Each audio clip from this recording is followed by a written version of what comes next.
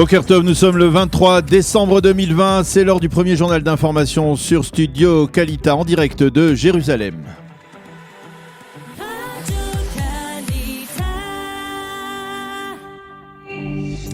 Et oui, direction nos studios à Jérusalem avec notre correspondant Daniel Haïk. Bonjour Daniel, et on s'y attendait, c'est désormais officiel, la Knesset est dissoute. Israël se projette donc vers de nouvelles élections. Oui, bonjour Ilana, la 23e Knesset s'est en effet autodissoute hier soir à minuit, conformément à la loi qui l'exige, dans le cas où le budget de l'État n'est pas voté par une majorité de députés. Les élections pour la 24e Knesset se tiendront donc le 23 mars prochain. Hier soir, peu avant que la dissolution n'intervienne, le président de la Chambre, Yariv Levin, a affirmé « Nous entamons une campagne électorale qui ne sera pas facile dans une période complexe et alors que le pays est divisé. J'appelle tous les députés, l'ensemble des citoyens israéliens à éviter d'exacerber les tensions entre nous et de tout faire pour que ces élections se déroulent dans le calme et sans violence. » Des propos qui n'ont pas empêché Benyamin Netanyahou et Benny Gantz, les deux frères ennemis de la politique israélienne, de s'invectiver hier soir et de s'accuser mutuellement d'être responsables de cette dissolution. Lors d'une conférence de presse, Netanyahou a affirmé qu'il ne voulait pas de telles élections, mais que c'est Benny Gantz qui s'est rétracté à la dernière minute après avoir accepté un compromis. C'est lui, a dit le Premier ministre, qui a entraîné le pays vers cette consultation électorale. En réaction, Gantz a écrit sur Twitter « Il y a plus de mensonges que de mots dans les propos de Netanyahou. C'est lui qui nous plonge dans une campagne électorale uniquement pour qu'il ne soit pas contraint de se retrouver devant la justice. » Fin de citation.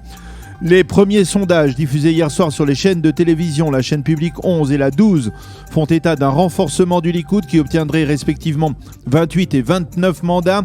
La seconde formation politique serait celle de Gideon Sa'ar qui obtiendrait 20 mandats pour la 11 et 18 pour la chaîne 12. Selon la chaîne publique, Yamina serait la troisième formation avec 15 mandats, 13 pour Yesh Atid et 6 mandats seulement pour le parti bleu-blanc, ce qui signifierait que pour la chaîne 11, les trois formations de droite, Likoud, Yamina et Nouvel Espoir de Sa'ar, obtiendraient à elles seules une majorité absolue de 63 députés, sans Lieberman et sans les orthodoxes, mais avec un bémol, puisque Gideon Sa'ar refuserait de siéger dans un même gouvernement avec Netanyahou. Le gouvernement israélien se réunit aujourd'hui dans l'urgence pour débattre du très sensible rebond de l'épidémie. En effet, le nombre de nouveaux malades approche désormais des 4000 pour chaque jour. Depuis 2 jours, de l'avis des spécialistes, il est indispensable de réinstaurer un nouveau confinement général si l'on compte maîtriser au plus vite cette nouvelle vague. Selon les estimations, ce confinement va se traduire par une interdiction formelle de s'éloigner de plus de 1000 mètres de son domicile. L'éducation nationale sera à nouveau paralysée et le commerce sera totalement gelé. Au ministère de la Santé, on exige que toute sortie de ce 3e confinement n'intervienne pas avant que le seuil des 1000 malades ne soit atteint, vers le bas bien entendu. Et l'on estime qu'il faudra pour cela 3 ou 4 semaines de confinement total. Il semble que tant Benyamin Netanyahou que Benny Gantz soient d'accord sur la nécessité d'un tel confinement, mais ils divergent sur la date de déclenchement de cette mesure. Netanyahou et la santé publique voudraient que le confinement débute dès la semaine prochaine, tandis que Benny Gantz veut accorder plus de temps au public pour se préparer à une telle démarche. Le Maroc et Israël ouvriront dans les 2 prochaines semaines des représentations respectives à Tel Aviv et à Rabat. C'est l'une des décisions prises hier soir lors de la visite historique de la délégation israélo-américaine dans la capitale marocaine. Au cours de cette visite, Meir Ben Shabbat, le conseiller à la sécurité nationale israélien, qui est lui-même d'origine marocaine, a été reçu par le roi Mohammed VI dans son palais. Il a remis au souverain une invitation officielle de Benyamin Netanyahou à se rendre en visite en Israël.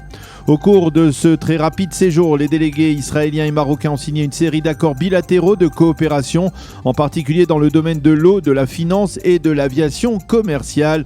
Il convient de rappeler que la délégation est arrivée de Tel Aviv à Rabat hier à bord d'un vol El Al, le premier vol direct de la compagnie israélienne sur cette ligne.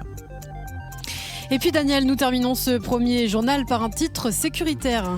Oui, en effet, le ministre de la Défense, Benny Gantz, a donné l'ordre hier de saisir 4 millions de dollars qui ont été transférés d'Iran vers le Hamas au cours des derniers jours.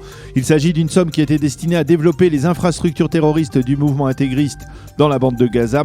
Gantz a pris cette décision à la suite d'une recommandation formelle faite par le Bureau national de lutte contre le terrorisme en Israël.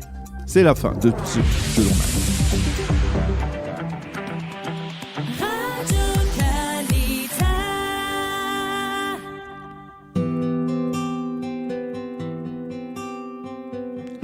La météo pour terminer, ce premier journal d'information, le temps sera pluvieux dans le nord et le centre du pays, risque d'inondation dans le désert de Judée vers la mer Morte, cela s'accompagnera d'une baisse sensible des températures. Il fera aujourd'hui 14 degrés à Jérusalem, 20 degrés à Tel Aviv et 23 degrés à Eilat.